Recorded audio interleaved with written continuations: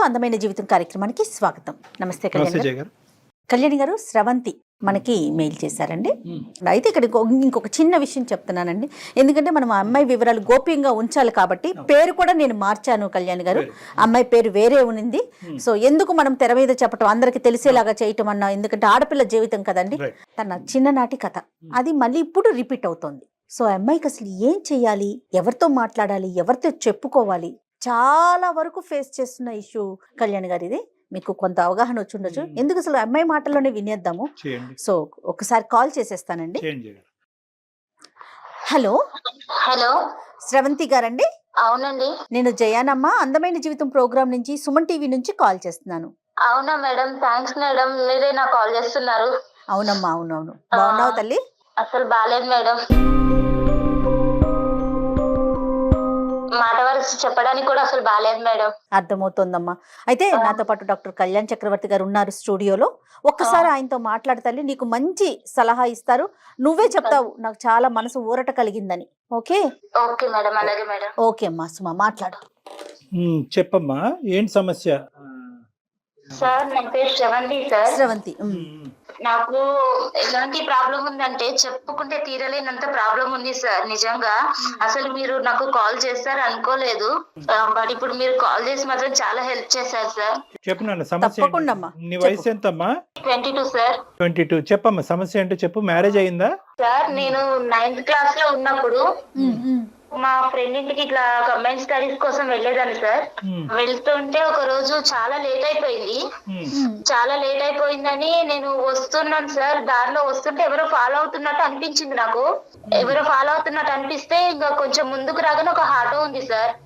Auto ఉండి అతన్ని, అన్న కొంచెం ఇక్కడ ఎవరు ఫాలో అవుతున్నట్టు కొంచెం భయంగా ఉంది, జర ఏమనుకోకుంటే కొంచెం నన్ను మా ఇంటి దగ్గర దింపండి అన్న అంటే, అవమ్మా నువ్వు నా చెల్లెలు లాంటి దాన్ని, నేను సేఫ్ గా తీసుకెళ్తానమ్మా అని నన్ను ఆటో ఎక్కించుకున్నారు సార్. ఏ టైం అమ్మా? ఏ టైం అవుతుంది అప్పుడు?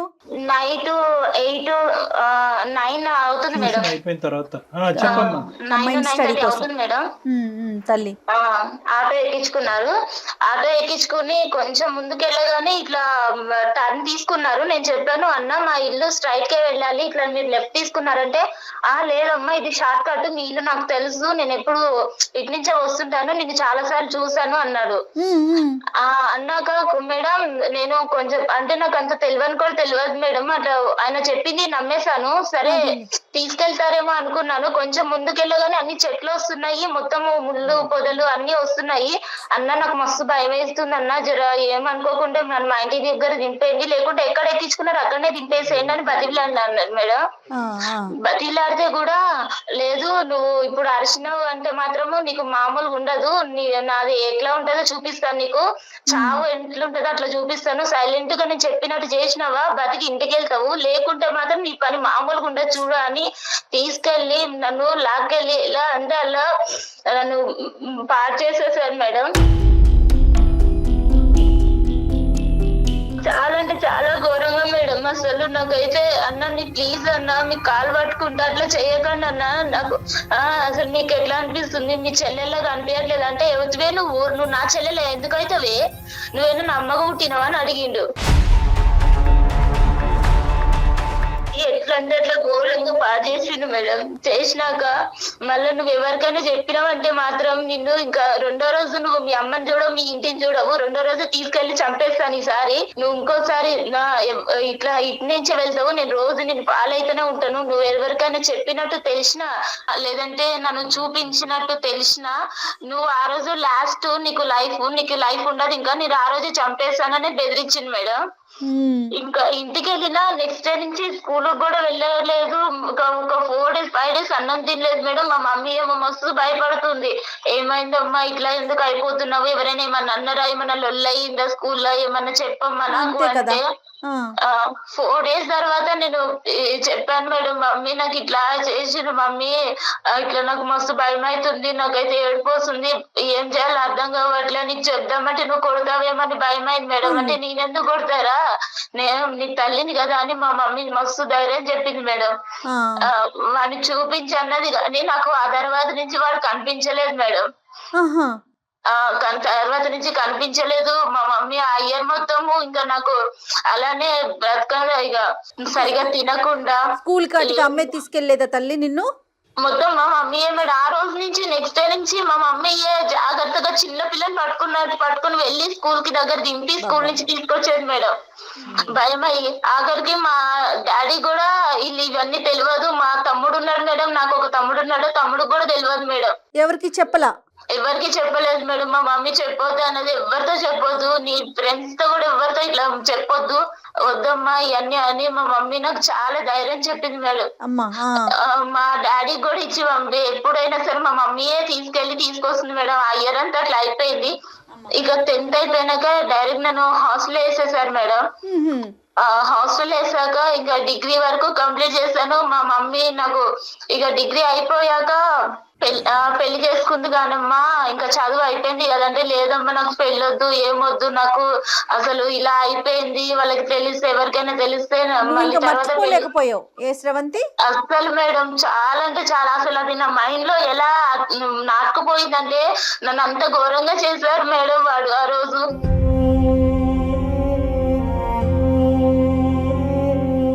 అంత అసలు చెప్పుకోవడానికి కూడా నాకు నోరు కూడా మాటలు కూడా రావట్లేదు. అంత ఘోరంగా అయిపోయింది, వదిలేసే.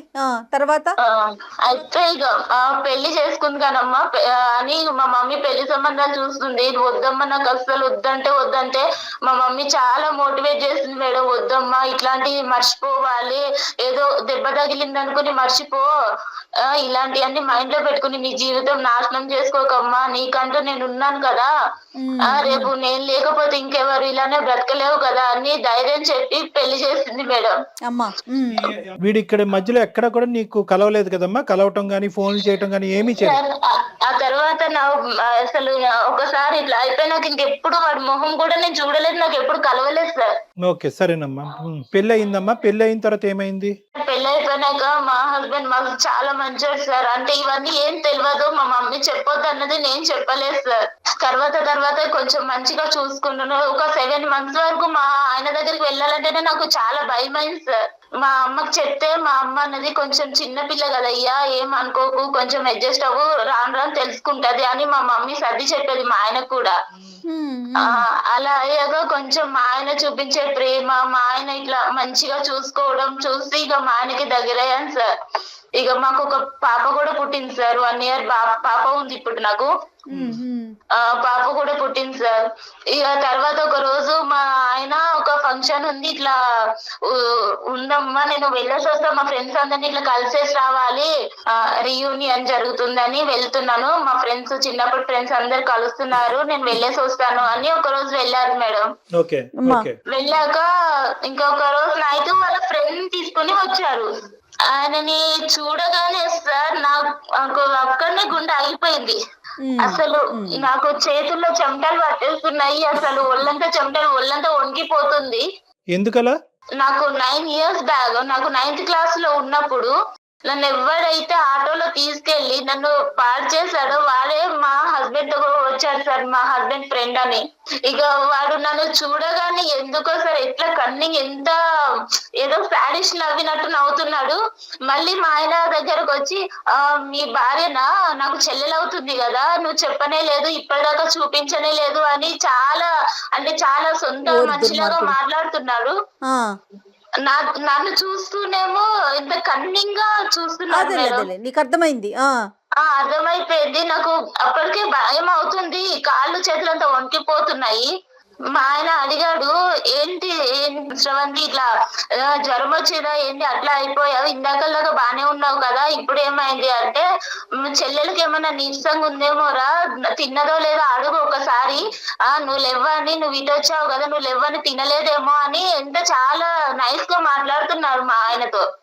ప్రేమ కురిపించాడు. ఆ తర్వాత నుంచి మేడం నెక్స్ట్ డే నుంచి రోజు రావడం స్టార్ట్ చేశాడు ఇంటికి. రోజు రావడం స్టార్ట్ చేశాడు.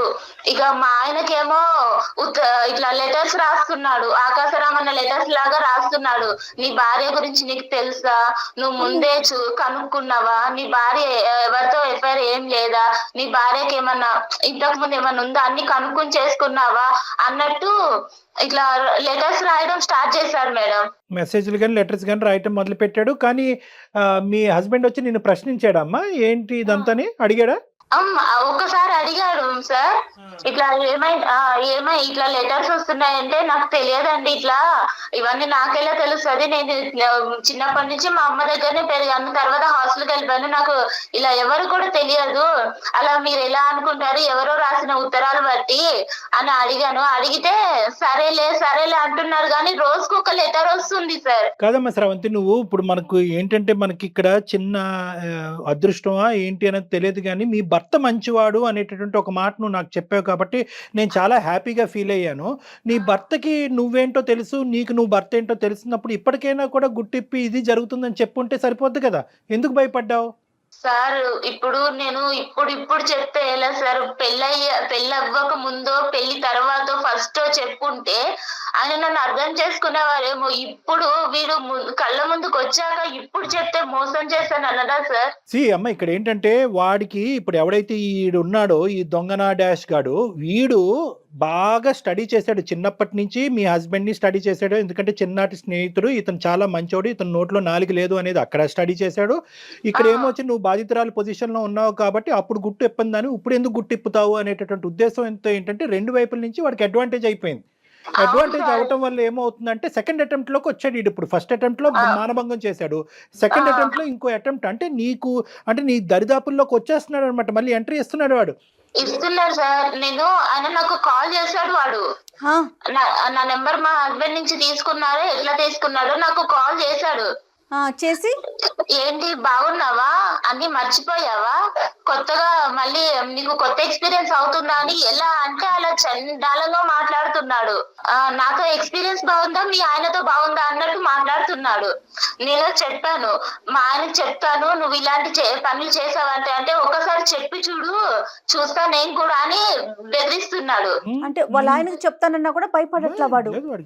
అస్సలు లేదు మేడం, నువ్వు చెప్పి చూడు ఒకసారి, నీ లైఫ్ ఎట్ వెళ్తుందో మీ ఆయన లైఫ్ ఎట్ వెళ్తుందో నువ్వే చూద్దు గాని నీ కళ్ళతో. అతనికి పెళ్ళైనట్టు ఏమన్నా తెలిసిందమ్మా ఈ ఆటో అతనికి? లేదు మేడం, నాకు అంటే నేను ఆ తర్వాత వాడు అట్లా చేసావు, నేను ఇంతవరకు కలవలేదు. కాదు, మీ ఆయన ద్వారా ఇప్పుడు ఈ 10 రోజుల్లో? లేదు మేడం, వాడి ప్రస్తావన ఎత్తానంటేనే నాకు భయంగా ఉంది మేడం. మా ఆయన దగ్గర నువ్వు చెప్పాల్సింది కదా, ఎందుకు వేరే వాళ్ళని ఇంటికి తీసుకొస్తున్నావు, పద్దాక తీసుకురా, మాకు నాకు ఇబ్బందిగా ఉంది అట్లా ఏదన్నా చెప్పకపోయావు? అంటే చెప్పాను మేడం, అంటే మా ఇంటికి ఇంతకు ముందు కూడా మా ఆయన ఫ్రెండ్స్ చాలా మంది వచ్చేవాళ్ళు. వాళ్ళ దగ్గర ఎప్పుడు ఎవరి దగ్గర ఏం చెప్పను దాన్ని ఈయన దగ్గర చెప్తే ఏమనుకుంటాడని అదొక భయం అయింది మేడం. అయినా ఈయన మా ఆయన ఉన్నప్పుడు నా దగ్గర నాతో చాలా మంచిగా ఒక సొంత చెల్లెలతో మాట్లాడినట్టు మాట్లాడుతున్నాడు. తిన్నావా చెల్లెమ్మ, తినలే, ఏం చేస్తున్నావమ్మా, పాప ఎలా ఉందమ్మా అని మాట్లాడుతున్నాడు. దుర్మార్గుడు.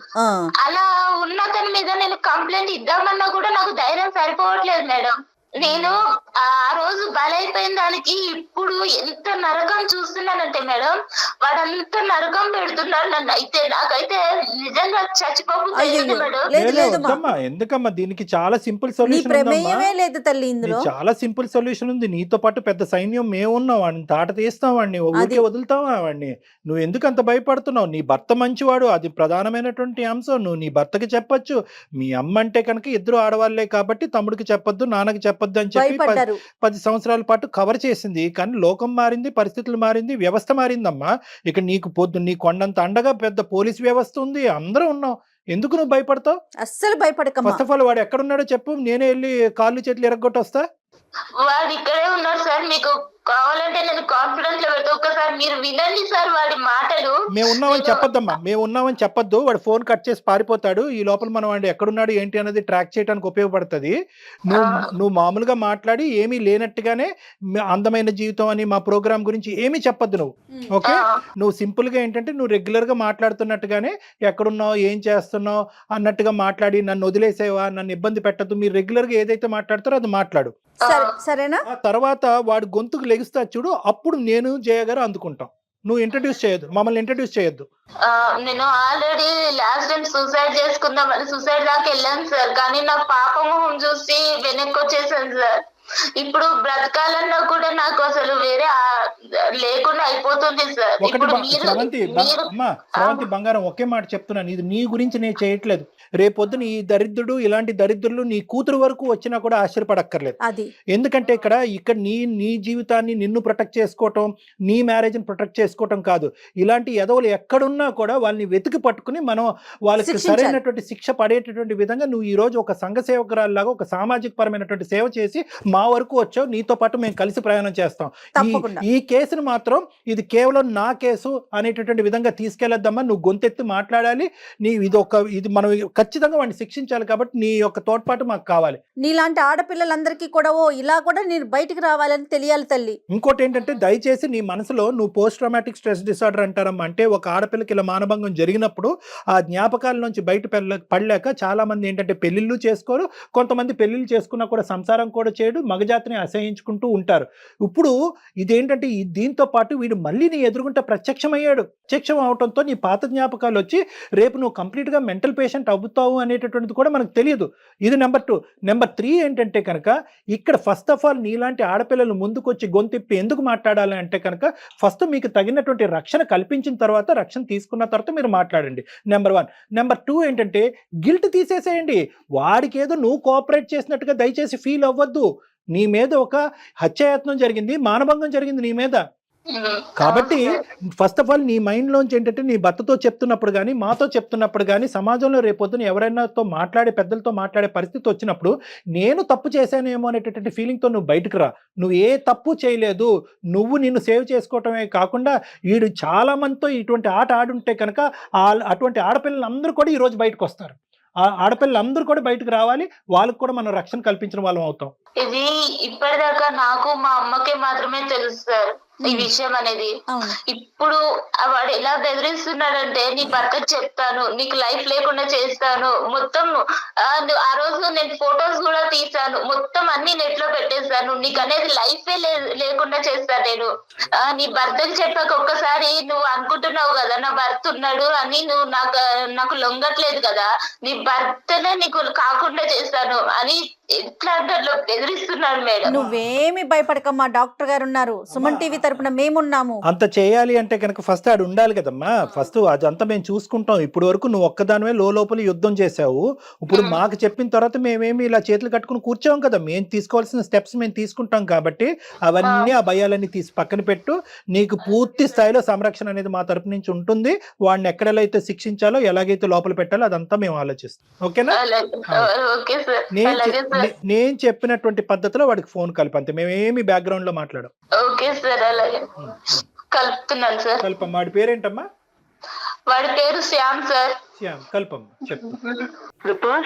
ఇంతమంది పసిపిల్లల అబ్యూస్ కి గురవుతున్నారు కదా కళ్యాణ్ గారు. మన దగ్గరికి వచ్చింది హ్యాపీ రామమ్మాయిలు ఎంతమంది ఉన్నారు? మీరు మాట్లాడుతున్న వ్యక్తి మీ కాల్ ను హోల్డ్ లో ఉంచారు. వాడి బాధితులు ఎంతమంది ఉన్నారు? ఇటు ఫ్యామిలీకి చెప్పుకోలేరు. హలో హలో, ఏం సంగతి? కాదు, నేను చెప్పేది ఒకసారి విను ప్లీజ్. నువ్వు నన్ను ఇలా ఏడిపించకు. ఇలా నువ్వు కాల్ చేస్తేనే నాకు హార్ట్ అటాక్ వస్తుంది, నాకు గుండెల్లో వణుకొస్తుంది. ప్లీజ్ నీకు దండం పెడతా, ఎందుకు నన్ను ఇంత బ్లాక్ మెయిల్ చేస్తున్నావు? నువ్వు చేసిన దానికి ఏ రోజైనా నేను బయట పెట్టానా? నేను వదిలేసాను కదా, ఇప్పుడు మళ్ళీ ఎందుకు నా లైఫ్ లోకి వచ్చి ఇట్లా ఆడుకుంటున్నావు? నువ్వు అంటే నాకు ఇష్టం అనేది చెప్తున్నావు కదా. నువ్వు ఏమని ఇష్టం అంటున్నావు? ఒకసారి పాడు చేసేసి నన్ను నా లైఫ్ అంతా పాడు చేసేసావు. నాకంటూ వెనక్కి తిరిగి చూసుకుంటే నువ్వు చేసిన అగాయించింది తప్ప నాకంటూ ఒకటి సంతోషం అనేది లేకుండా చేసావు. మళ్ళీ ఇప్పుడు నా భర్తతో, నేను కొద్ది గొప్ప మర్చిపోయిన భర్తతో సంతోషంగా ఉంటే ఇప్పుడు మళ్ళీ నువ్వు నా లైఫ్ లోకి వచ్చి నా లైఫ్ నాశనం చేయాలని చూస్తున్నావు. ఏం అధికారం ఉందని చెప్పు నా లైఫ్ ని ఇట్లా ఆడుకుంటున్నావు? నా మీద ఇష్టం ఉంటేనే కదా నువ్వు ఇన్ని రోజుల పంట చెప్పకుండా ఉండేది. నేను ఇష్టంతో కాదు, నా తల్లి చెప్పిన మాట కోసం, మా అమ్మ వద్దమ్మా ఆడపిల్ల జీవితం బయటికి వెళ్తే అల్లరవుతుందని మా అమ్మ నాకు చెప్పిన మాట కోసం నేను చెప్పలేదు. నాకు అవన్నీ సంబంధం లేదు. ఒప్పుకుంటున్నావా లేదా? నీ బండారం మొత్తం బయట పెడతాం, మీ ఆయనకు మొత్తం చెప్పేస్తా నేను. నీకు దండం పెడతా, ఇలాంటి అన్ని చెయ్యకు ప్లీజ్, నన్ను వదిలేసేయు.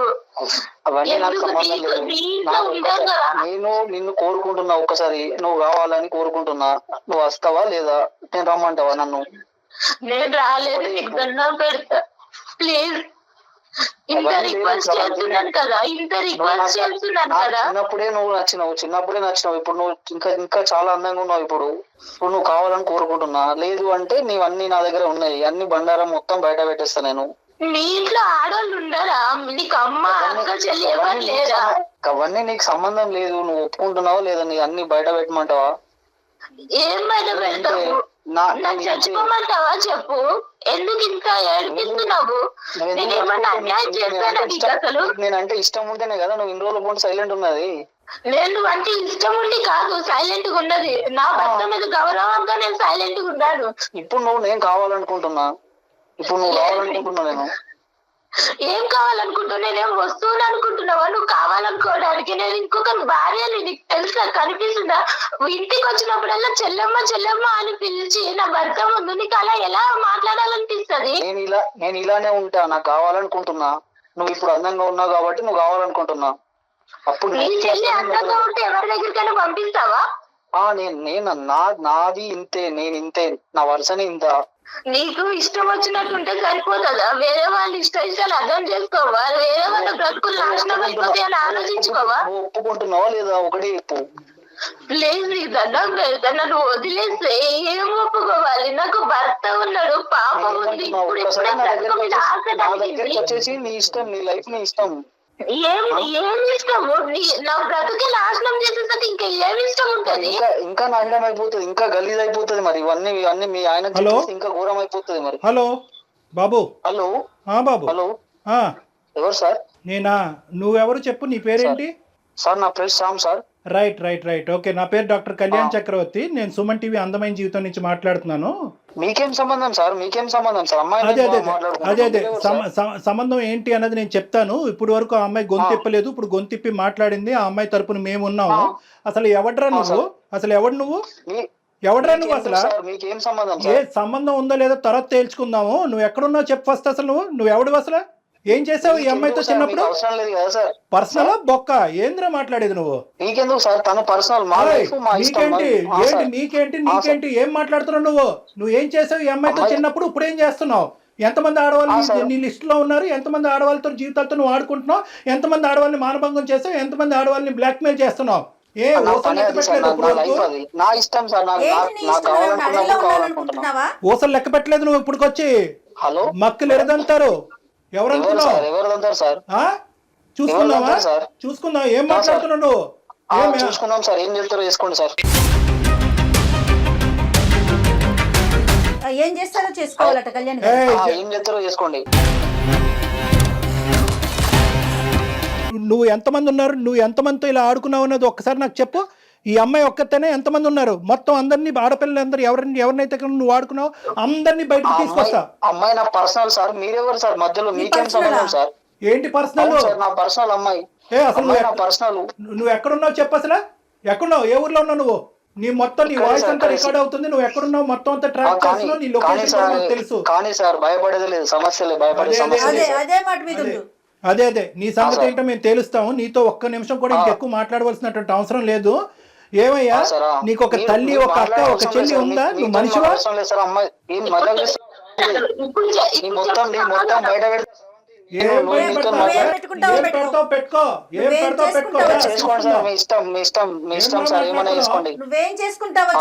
బయట పెడతావా? ఏం బయట పెడతారా? కాళ్ళు చేతులు ఉండాలి కదా నీకు, మెడ మీద తలకే ఉండాలి కదా నువ్వు బయట పెట్టాలంటే. చూసుకుందాం. చేసుకోండి సార్. మీ ఇష్టం ఉన్నట్టు చేసుకోండి. ఏం తీసుకుంటారో చేసుకోండి. అది ఇప్పుడు దారిలోకి వచ్చి నీ పని చెప్తా ఉండు. అసలు నువ్వు ఫోన్ చేసుకోండి సార్. నీతో అసలు ఒక్క నిమిషం కూడా మాట్లాడటానికి లేదు. లొకేషన్ కూడా ట్రాక్ చేసాము. నీకు ఇప్పుడే పోలీసులు వస్తారు. నువ్వు ఎలా బతికి బయట పడతావో చూద్దాం. కాదు శ్యామ్, అసలు నువ్వు మనిషివేనా? ఉన్న బంధాలు, విలువలు అన్ని ఇంత దిగదా? చిచి, అసలు మాట్లాడటానికి మాట్లాడటం ఏం లేదు. ఏమన్నా సార్ మీతో కూడా నేను మాట్లాడాల్సిన అవసరం లేదు సార్. Right sir.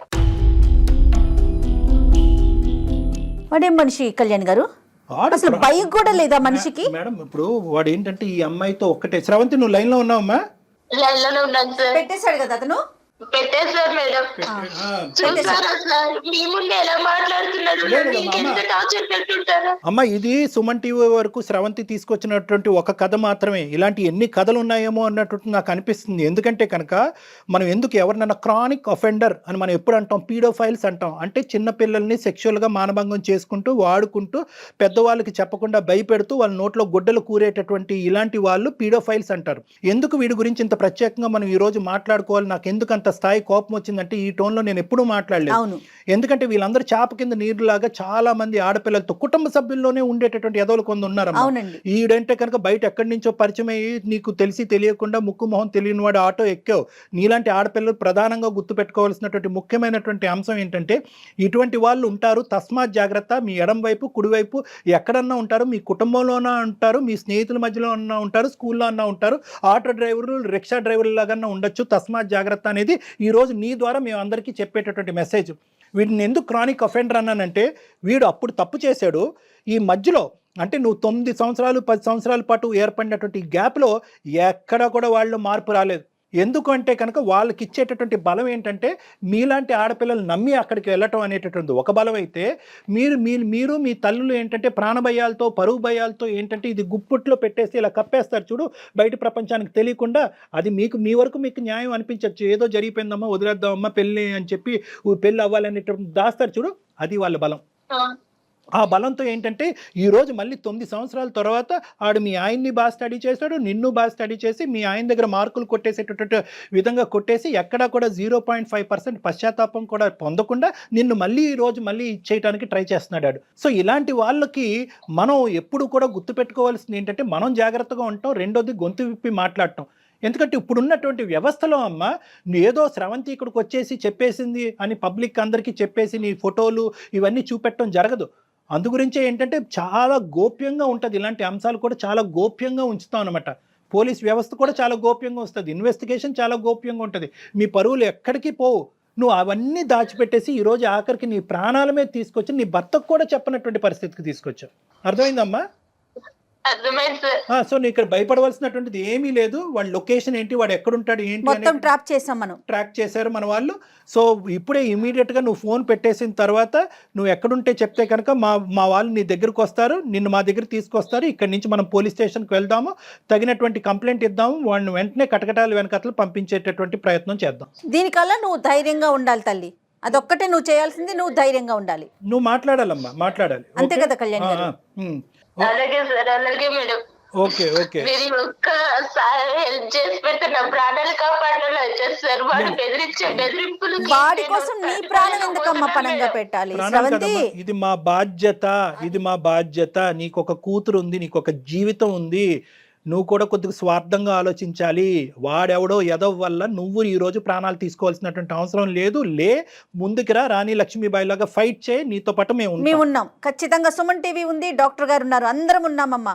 వ్యవస్థలో ఉన్నాం మనమేమి ఎక్కడ మనుషులు లేని చోట కాదు ఉన్నది. ధైర్యంగా ఉండు, నువ్వు ధైర్యంగా ఉండు. నెక్స్ట్ ఏం చేద్దాం అనేది ఆలోచిద్దాం, సరేనా? నువ్వు అసలు నీకు ధైర్యమైన ఏంటంటే సుమన్ టీవీ అందమైన జీవితానికి నువ్వు ఎప్పుడైతే మెయిల్ చేసావో అప్పుడే నీకు ధైర్యం ఉన్నట్లే. ఓకే, అర్థమైందమ్మా?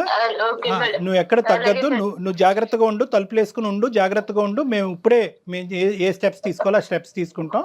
నీ లొకేషన్ షేర్ చేయమ్మా, నీ అడ్రస్ కూడా షేర్ చేయి, మేము చేస్తాం ఏం చేయాలంటే. ఓకే, చేస్తాను సార్. ఇప్పుడు అది బెదిరించాలి కదా, వాడు ఇప్పుడు ఇంటికి వచ్చి ఏం చేయాలి? ఏం చేయడమ్మా, వాడు ఏమి చేయడమ్మా. మేము తక్షణమే నీ చుట్టుపక్కల ఉండేటటువంటి వాళ్ళతో కూడా మేము మాట్లాడతాము, పోలీసులను కూడా అక్కడ దగ్గరలోకి పంపిస్తాము. మొత్తం నీకు కావాల్సిన రక్షణ అంతా కూడా మేము ఇస్తాం, డోంట్ వరీ. వాడు ఎప్పుడైతే ఇప్పుడు డాక్టర్ గారు మాట్లాడారో అప్పుడే అతనికి అర్థమైంది, ఓహో ఈ అమ్మాయి ఎవరికో చెప్పేసింది అన్న విషయం అతనికి అర్థమైపోయే ఫోన్ పెట్టేశాడు. ఓకేనా? నువ్వేం భయపడకు తల్లి. మేడం చిన్న హెల్ప్ చేయండి మేడం, చిన్న ఒక్క సాయం చేయండి మేడం. చెప్పమ్మా, చెప్పు. ఈ విషయం నా భర్తకి నేను ఎలా చెప్పాలో నాకు అర్థం కావట్లేదు madam. Okay okay, don't worry అమ్మా, డోంట్ వరీ. ఆ పాత్ర కళ్యాణ్ గారు తీసుకుంటారు. భర్తకి అర్థమయ్యేలాగా కొంచెం చెప్పండి మేడం. తప్పకుండా. అన్ని జాబ్స్ కంటే ఈ రోజు మాకు పెట్టినటువంటి అన్ని జాబ్స్ కంటే ఈజియెస్ట్ ఉద్యోగం అదొకటే, అదే జాబ్. ఇప్పుడు మీ భర్తకి చెప్పడం చాలా సులభం. అది మా ద్వారా మేము టేకప్ చేసి ఇంత చేసేటటువంటి వాళ్ళు అది చెప్పడం. నీ పెళ్లికి కానీ నీ జీవితానికి కానీ ఎటువంటి డోకా లేదు. మీ భర్తకి సరైనటువంటి పద్ధతిలో మేము చెప్తాం. డాక్టర్ గారు ఎలా కన్వే చేయాలి చేయాలో అలా కన్వే చేస్తారు. అతని ఓకే, సపోర్ట్ కూడా మనకు ఉంటది. ఓకేనా? అలాగే నువ్వు ధైర్యంగా ఉండు. ఓకేనమ్మా, బాయ్ అమ్మా, టేక్ ఓకే సార్, అలాగే sir. Bye bye. Kalyan garu ఇప్పుడు నెక్స్ట్ ఏం చేద్దామండి? నో అమ్మా, మన ఇమీడియట్ గా ఇప్పుడు అమ్మాయి ఫోన్ పెట్టేసింది, లొకేషన్ కూడా షేర్ చేసి ఉంటుంది Okay, అమ్మాయికి. అక్కడికి మన మనుషులను పంపించడం, ఈ లోపల మనం పోలీస్ కంప్లైంట్ ఇచ్చేసి పోలీసులను కూడా తీసుకుని మనం కూడా ప్రత్యేకంగా అక్కడికి వెళ్దాం. రైట్ అండి, థ్యాంక్ యూ సో మచ్, నమస్తే.